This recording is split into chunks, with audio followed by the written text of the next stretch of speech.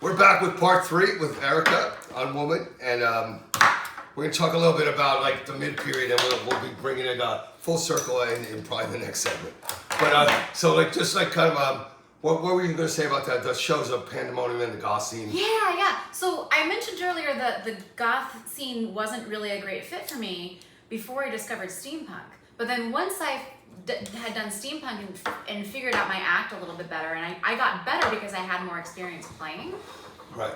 And the smoke doesn't bother me. I think the visuals also help too, like having like yes. like black hair and like I figured out a better aesthetic rather than like I was kind of half-assing cybergoth for a while, which wasn't ever. I never did it really very well, and then steampunk was like. Right. Perfect for my natural look and all that stuff. But anyway, so I came back to the Bay Area goth shows, and I felt great with them at that point. Yeah. I was confident. I knew I had something to offer. They're a lot more open-minded than you would think. I was doing some shows over at Stork, and just Black Sabbath bands. The Stork was very kind of dicey what they would do. So somehow they had some bands just touring from Seattle, and they were full on Black Sabbath. And I thought, okay, we'll put them on my Phantasm, but like I was almost like just trying to help a band out. But everybody there loved it. So we don't think that everybody's gonna like Black Sabbath, but they did. Yeah. And so it was really nice to see that people. I just didn't know what other kind of music people would be open to. Yeah, and I was a lot more worried about that like early in my career than I am now. Like finding the micro genres. Or just like falling flat on it, or just like you're trying to like being a comedian or stand up, and the jokes aren't hitting. And even if they're hilarious and they are good, but the people just are not receptive. Totally. The receptiveness is really important. Receptiveness is good. And actually another thing that matters a lot, I think, is for the first 10 or so years that I was playing out, I was playing with backing tracks. Right. And then I switched to doing the looper in about 2012 or so. Right. And so from that point on, I had a better live show because it was all live. Is it better though? Because you got to do more though. It's more of a distraction, right? You try to do... It's better for the audience. Yeah, maybe it is. I mean, I'm not someone who has a prejudice against the backing tracks, depending on what the backing tracks are. But for me, I made it work for me, and like I kind of, I don't let's say I like it better than bands, but you have a drum machine, drums that are going to be consistent, and not the volume that just all of a sudden that can happen with a live band. Have you ever been in a live band with a full? Oh yeah. Okay. I currently play keys and sing. I didn't know. In a band called Halou. And what's it called? Halou, Halou. We actually have a show at DNA this Friday. Right there to look it up too. Yeah, we have a show at DNA this Friday. I play a Rhodes, a real Fender Rhodes, and I sing backup. That's kind of a big instrument, right? Yes, it's not mine. It's theirs. Okay. It stays at the practice space. I love playing it. Yeah, these old machines that obviously I have a kind of infatuation with them, but I prefer using them than something to carry around. There's something about having a speaker, right? Yeah, and actually we did a tour up the Northwest a year ago, and I brought just a regular keyboard, and things went terribly wrong on stage a few times because of that, even though I like really dialed in. So you're not the singer of this band, so you're joining somebody else. I'm a backup singer. Ryan and Rebecca Cosboom are a married couple, and they're the writers of the songs. And I've actually been working with them for at least 16, 17 years. That's a long time. Yeah, for having a relationship last that long and be still working. Yeah. And usually it goes sours along the way. It's been, I mean, we never had like a falling out or anything, but there have been periods where there have been periods where what kind of music did you say it was? They are categorized as let's see if I get this out right too. Like indie electronica, but now their band is all live. It doesn't look like you have an app-based camera. Forget you, Siri. We're not even going to play. Okay. They now it's like all live. It's like let me know if I can help. You know what you can by just shutting up right now. It's an alarm for when? Dude, have you ever had a conversation with Siri like where you could ask like some crazy like do you love me? Like I've heard several different answers. So I was like, what triggered it that day? Just like I don't care. Let's leave that one out. Yeah, that's good. I don't have an answer for that. I know, right? I know. That's okay. We don't want to pressure you to say. Let me know if I can help. Okay, I will. Thank you. Okay. If I say anything that sounds like that name, we'll be in trouble. But you don't like Siri? She'll wake up if we say her name. No, she didn't. She's dead. Okay, good. Okay, good. What's it gonna say? Hello? How to describe it? It's like When I first saw them in 2002, Right. which is when I got into them, they sounded a lot like Portishead. And now we have this like like the format of the band is like Fleetwood Mac, but the music's a lot darker and so it's a little more just like rock or adult rock or something. Yeah. I mean, I don't know how exactly we would classify it. People love Fleetwood Mac and bands like that start in Joshua Tree. It's more like the country rock or like early 70s kind of singer-songwriter thing is really big there. So when we do electronic music there, it's always like, they're like, but they're not used to it. That's all. Totally. A little bit. And Barb's pretty much like unapologetic about it. I'm a little bit more like, well, we can get a drummer, right? Like, cause if it was more organic, I think they would be more receptive. Yes. To that crowd. Yes, probably, yeah. Have you ever been to Joshua Tree? I played a show in Joshua Tree in like 2015, actually. And was just at do you know the artist? Happy and Harriet's, or? That sounds right. Yeah, that's the main bar in the area, Pioneer Town. No, it was an art gallery.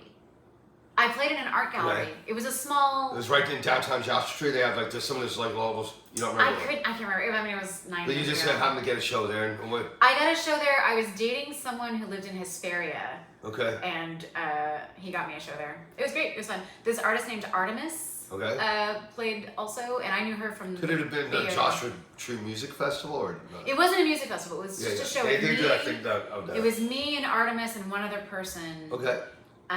Maybe it was just the two of us, but it was great. It was a nice show.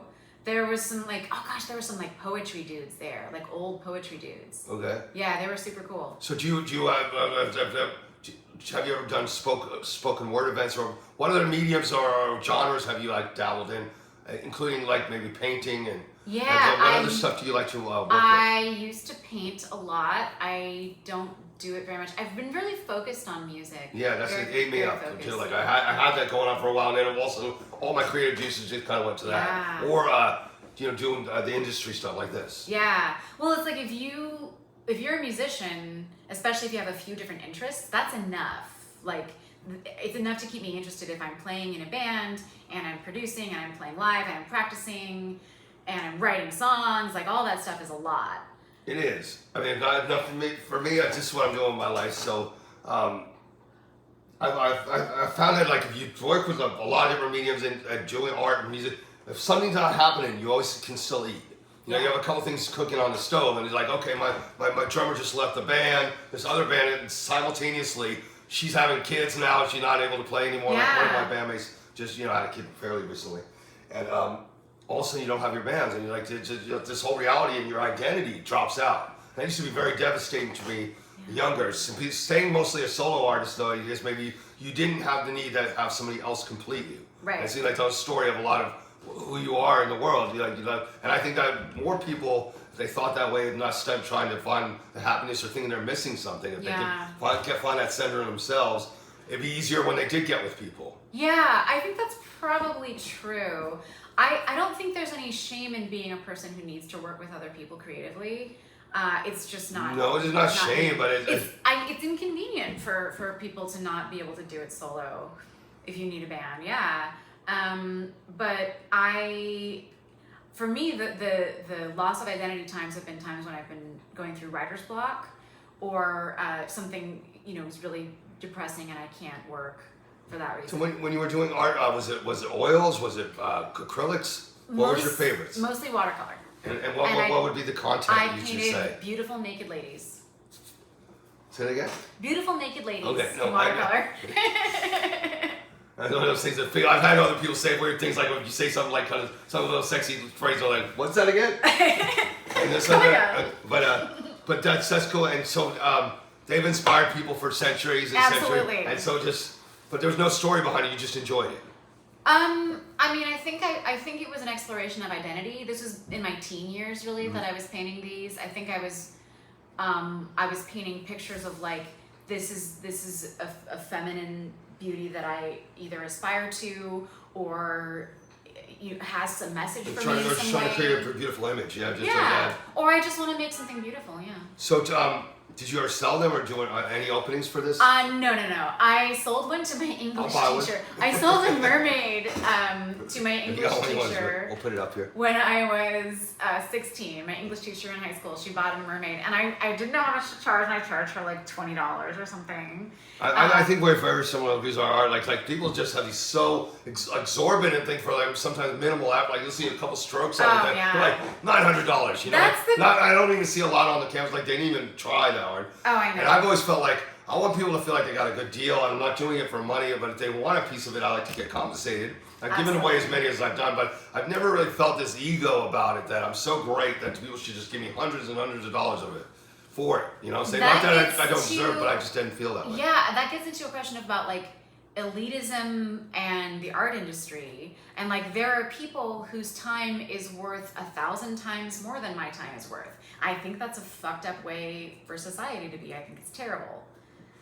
I think it's how they carry themselves and how they want to portray themselves. Like, if you don't pay anything for it, it's not worth it. You know, say like, even if you got it for half the price, they wouldn't want it for half the price. They would want it. There's a grain of truth to it. Like, if I find a dress at a thrift store for $8, I'm not going to think it's as special as the dress that I spent $200 on.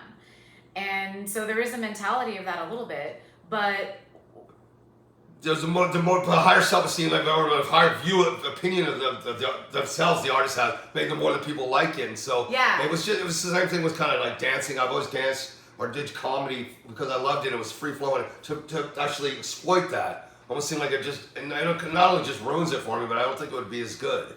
I was trying to commercialize all that. Music, I never had a problem doing that with those. For some reason, it's just an easy vehicle for me to take into commerce. That's good. You know what I'm saying? A little bit. Like, I know you don't feel bad. You should get paid something, but... Totally. And it's so cheap anyway. Like the price to get into most shows these days is not that much higher than it was when I was a kid. No, I know. It's bonkers. The shows are still like $10. They were $3. Like, I'm talking about like when I lived in Athens, Georgia, and I was there for a couple of years in my post-high school time, around my college years. Yeah. And it was $3. And sometimes it's $5 for a show right now. And that seems like pretty standard. You're like... But everything's gone up so exponentially that like it's there's not a job that pays you less in the entire world than being a musician. Mm-hmm. I think it's probably the lowest for your time and energy that you put into it. You'll be paying to do it. Yes. And there are other things like that are similar-ish, but really the bar back makes more money than the whole entire band, the headliner. Sometimes like he'll make $60. Sometimes it won't even be $60 to give them. Nope. And so and they split it with 5 people. Yes, split as well, and so I just... Which is one of the reasons I should... I know people want to get paid right now, and they won't play unless there's even some gas money. But if I was doing this for money, I would be a fucking idiot.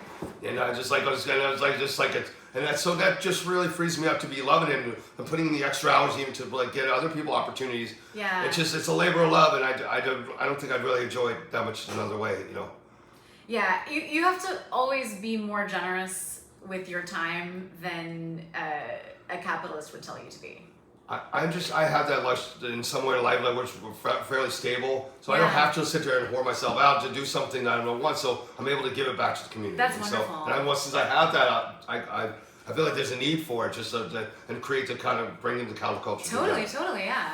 I've always respected your ability to make connections and put shows together. It was something it was almost by default. Like I had my band, but if I didn't start setting up all these other angles, I wasn't gonna get shows. You know, it was one thing led to another, and I brought my friend's band, and I was like, wow, playing with bands I like is way more gratifying than some random band that you get on a bill with. They either show up, you might be like, hey, what's up? You barely grunt at each other, you know. Totally. And then it becomes this a little bit more distasteful. Is there any bands locally that you've loved in your entire time being kind of in the Bay Area from maybe the 90s to now? Is there some bands that stand out that you felt like were just like, that you love to go see or that you love to listen to or bought a record of? Oh gosh, there's so many. Not too many in the Bay.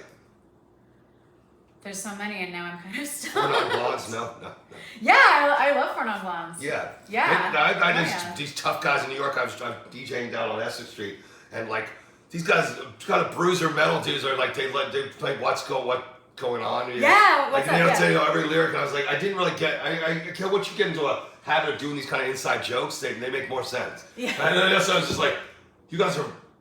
Okay, like I was like, it's funny, it's weird. Like I didn't understand her fixation on that song, but just because it's so the way she does it, yeah. And she became a big producer with that. But Is there, were you into any of the psychedelic bands, the 60s bands? Does any of that appeal to you? Like Janis Joplin? Yeah, definitely. Okay. Definitely.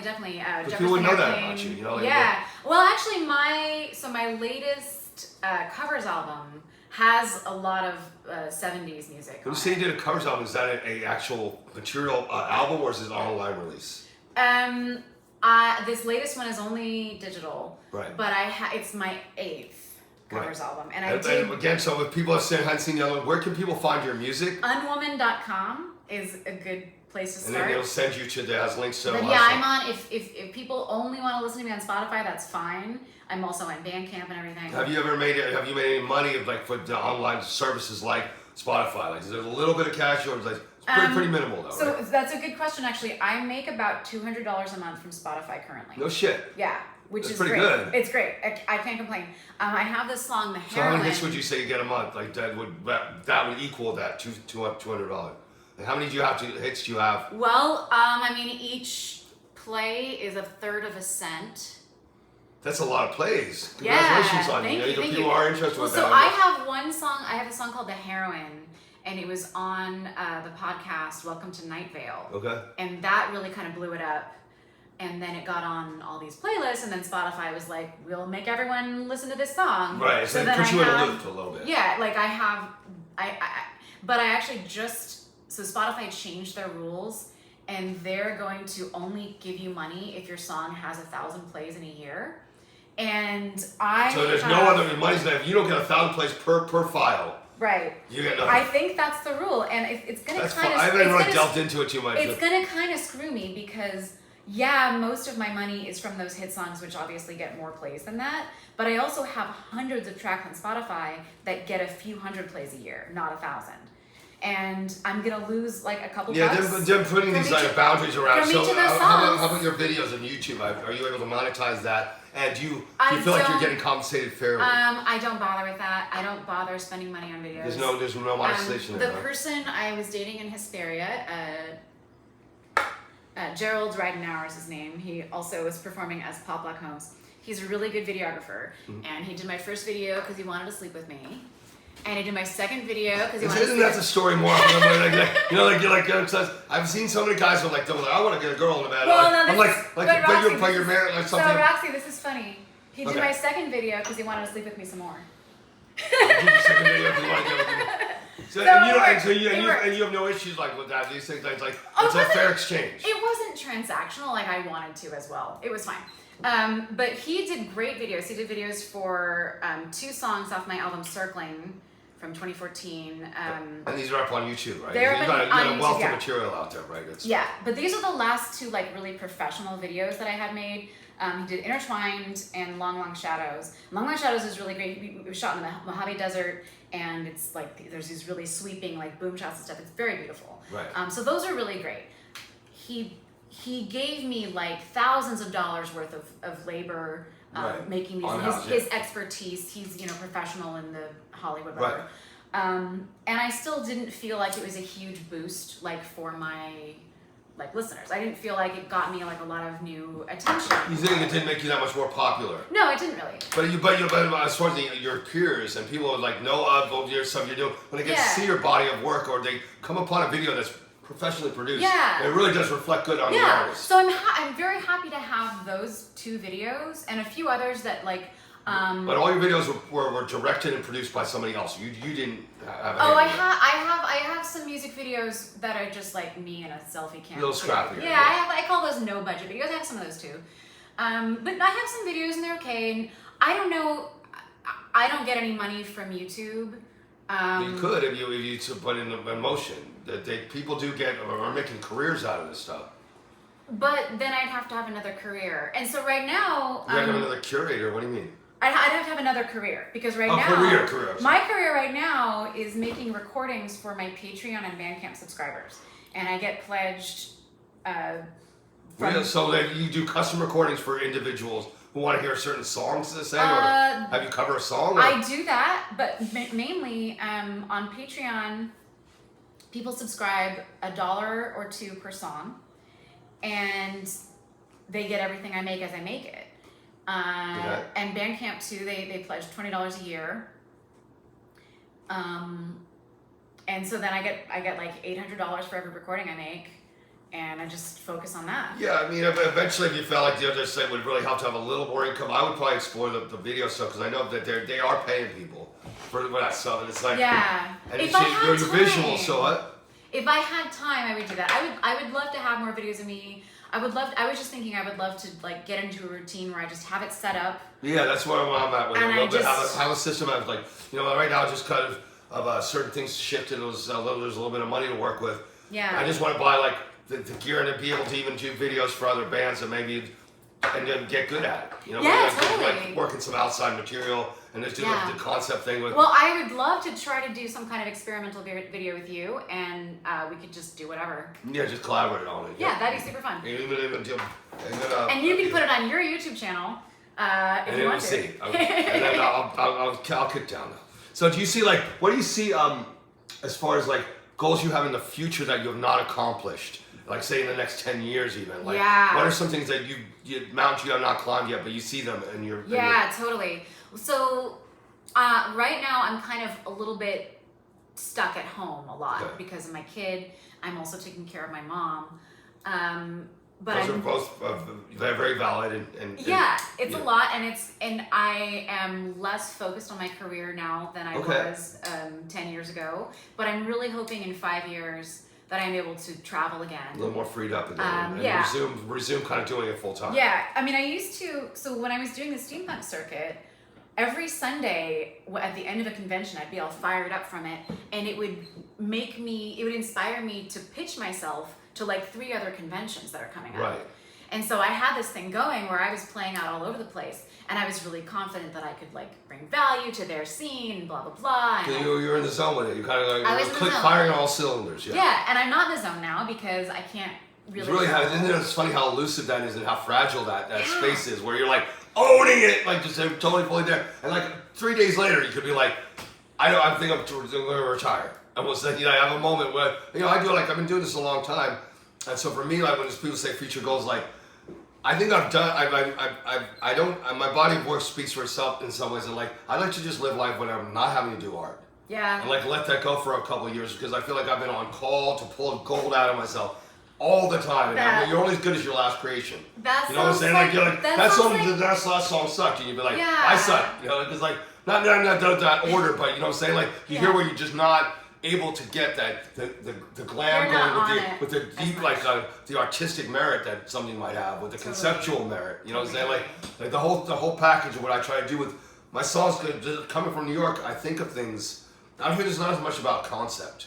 Like when you create a piece of art, it could be anything from a modern dance piece to spoken word, how you're going to do it, what you're going to have, your props you're going to have in your hand. It's much more evolved to the point where there's intent. Yes. It was like I have this idea, I'm doing it. That's why I have pennies all over the floor. Do you know whatever the way you were trying to symbolize the way you were doing. Yeah, absolutely. When I start to feel like I'm not in it or whatever, unless it's like other personal stuff going on, I think it's just creative burnout, and I think we all need like breaks. But I don't see myself ever retiring from making art. I always see it as like.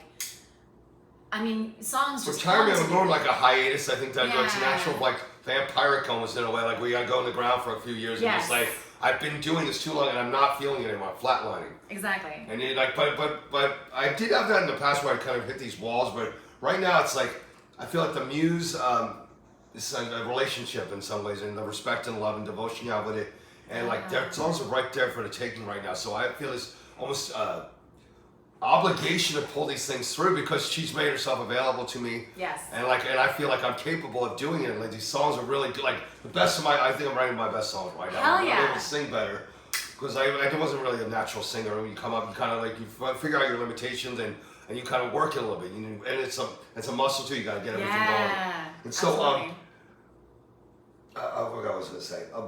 But a lot of this stuff is, I think where we're at right now, and it's a post-COVID thing that we kind of lived through it, and people are just getting older and saying, working the amount of energy and time you're putting into it to the diminishing returns. Yes. You start looking at like, I'm dumb, but I'm not stupid. A little bit like how long am I going to bang my head against the wall or to create all these opportunities for other bands when they're not thinking about, they're not even like, if you actually ask them for any help, they'd be almost incredulous, like, Yeah, I mean, I could help you, Roxy. Like, they're thinking about that. Why would I do that? Yeah. No, they're just not going to even because they see you as like somebody's like already has this so established. Like, what can I do for you anyway? Like, I'm still trying to catch up to you.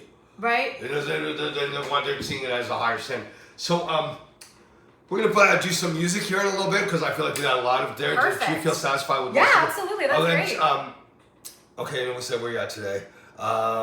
In closing, is there anything you want to share with people about your journey, like that maybe the thoughts or anything of or younger women who might be in a similar situation, or young boys that just I mean, people of any gender, I do want to say, like, if you want to do something creative, don't wait for someone else to tell you that you can or that you should. You have to follow what your dream is. So be proactive on yourself. And just fucking do it. Like, I was never signed to a label. People told me I was good, but people are gonna tell. I mean, there's always, no matter how good you are, there's always gonna be people who tell you you suck, and people who tell you you're great. And or somebody they prefer more. You might not even think they're better. And there's so many personal things too. It's like, I don't like that. Don't take that personally. Right. It's just their personal taste. So just, I would say, like, learn as much as you can, and learn in unconventional ways if you have to. Don't ever feel like you have to spend a huge amount of money to learn things, and do the things you need to do. Yeah, those are words of wisdom and a voice of experience from UNWOMAN. We're going to have a follow-up video that we're going to do where she's going to play a little bit of music to accompany this day in this interview. And so thanks again for supporting independent music, everybody out there. Every show and you can do every 99-cent song that you buy is important towards the greater good for the community. And we'll be back with some music after this.